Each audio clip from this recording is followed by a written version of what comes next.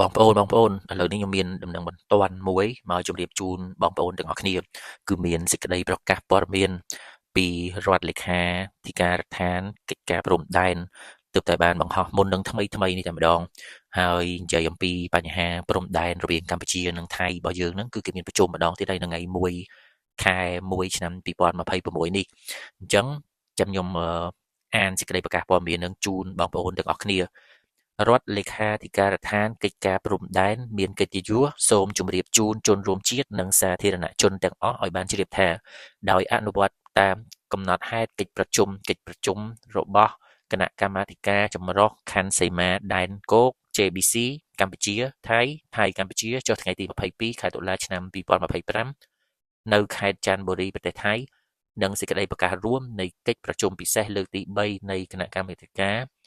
ព្រំដែនទូទៅ GBC ចុះនៅថ្ងៃទី27ខែធ្នូឆ្នាំ2025នៅច្រកព្រំដែនអន្តរជាតិព្រំខេត្តប៉ៃលិនប្រទេសកម្ពុជាបានប្រកាសខេត្តចន្ទបុរីប្រទេសថៃគណៈកម្មាធិការចម្រុះខណ្ឌសីមាព្រំដែនគោក JBC កម្ពុជាបានធ្វើកំណត់ទូតទៅគណៈកម្មាធិការចម្រុះខណ្ឌសីមាព្រំដែនគោក JBC របស់ប្រទេសថៃស្នើរៀបចំកិច្ចប្រជុំពិសេសបន្ទាន់របស់គណៈកម្មាធិការចម្រុះខណ្ឌសីមាព្រំដែនគោកកម្ពុជាថៃកម្ពុជានៅសប្តាហ៍ទី1នៃខែមករាឆ្នាំ2026នេះនៅឯខេត្តសៀមរាបដើម្បីពិភាក្សានិងបន្តការវាស់វែងនឹងខណ្ឌសីមាដូចខាងក្រោម 1. បន្តចុះអនុវត្តការងារវាស់វែងនិងបោះបង្គោលបណ្ដោះអាសន្នលើដីជាក់ស្ដែងនៅចន្លោះបង្គោលព្រំដែនលេខ42ដល់47នៅក្នុងភូមិសាស្ត្រភូមិជោគជ័យនិងភូមិព្រៃច័ន្ទឃុំអូ3ជាន់ស្រុកអូជ្រៅខេត្តបន្ទាយមានជ័យនិងនៅចន្លោះបង្គោលព្រំដែនលេខ52និង59ក្នុងភូមិសាស្ត្រឃុំបឹងរាំងនិងឃុំកំរៀងស្រុកកំរៀងខេត្តបាត់ដំបង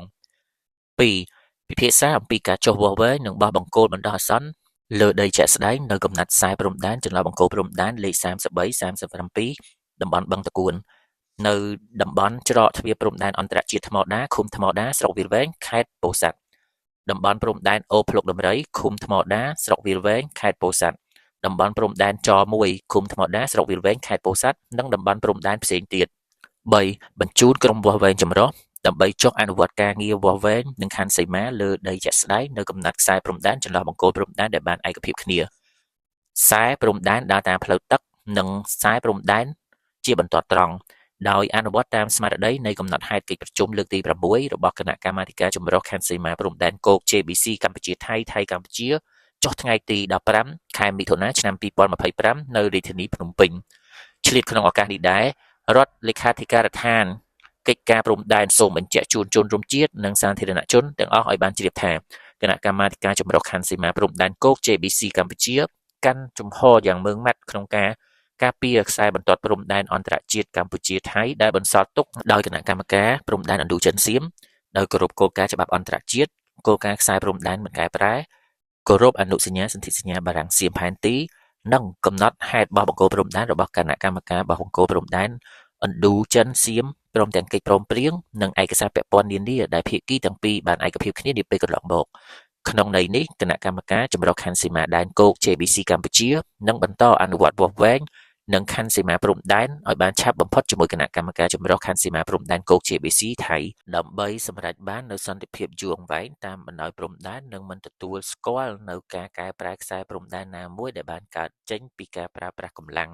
ក្នុងនោះដែររដ្ឋលេខាធិការដ្ឋានកិច្ចការព្រំដែនក៏បានអំពាវនាវដល់ជនរួមជាតិនិងសាធារណជនទាំងអស់មេត្តាជឿទុកចិត្តលើរដ្ឋាភិបាលកម្ពុជានិងគណៈកម្មាធិការចម្រុះខណ្ឌសីមាដែនគោក JBC កម្ពុជា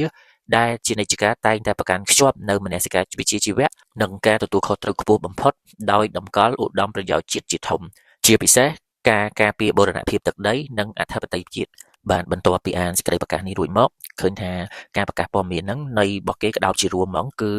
កម្ពុជាហើយនិងថៃនឹងធ្វើការចុះវាស់បន្ទាត់ព្រំដែនជាមួយគ្នារួមគ្នាតែម្ដងទៀតមិនដឹងថាពេលណាទេគ្រាន់តែថាការចុះវាស់លើកនេះគឺនៅក្រោមគណៈកម្មាធិការចម្រុះខណ្ឌសីមាដែនព្រំដែនផ្លូវគោករបស់ប្រទេសកម្ពុជានិងរបស់ប្រទេសថៃគឺត្រូវមកជួបគ្នាដើម្បីពិភាក្សាគ្នាថាយើងចាប់ផ្ដើមវាស់ពីណាទៅណាកន្លែងណានៅតែកន្លែងណាហើយការប្រជុំដើម្បីកំណត់ថ្ងៃពេលវេលាដើម្បីចុះវាស់ហ្នឹងគេបានកំណត់ថ្ងៃប្រជុំគ្នាសិនគឺនៅក្នុងសប្តាហ៍ទី1នៃខែមករាឆ្នាំ2026ខាងមុខនេះអញ្ចឹងចាំមើលថាតើបន្ទាប់ពីការប្រជុំគ្នារួចលើការវាស់ព្រំដែនហ្នឹង ហើយគេនឹងចាប់ផ្ដើមវាស់អីថ្ងៃណាទៀតខ្ញុំនឹងយកមកអត្ថាធិប្បាយជូនអ្នកទាំងអស់គ្នាបន្ថែមទៀតបាទសូមអរគុណ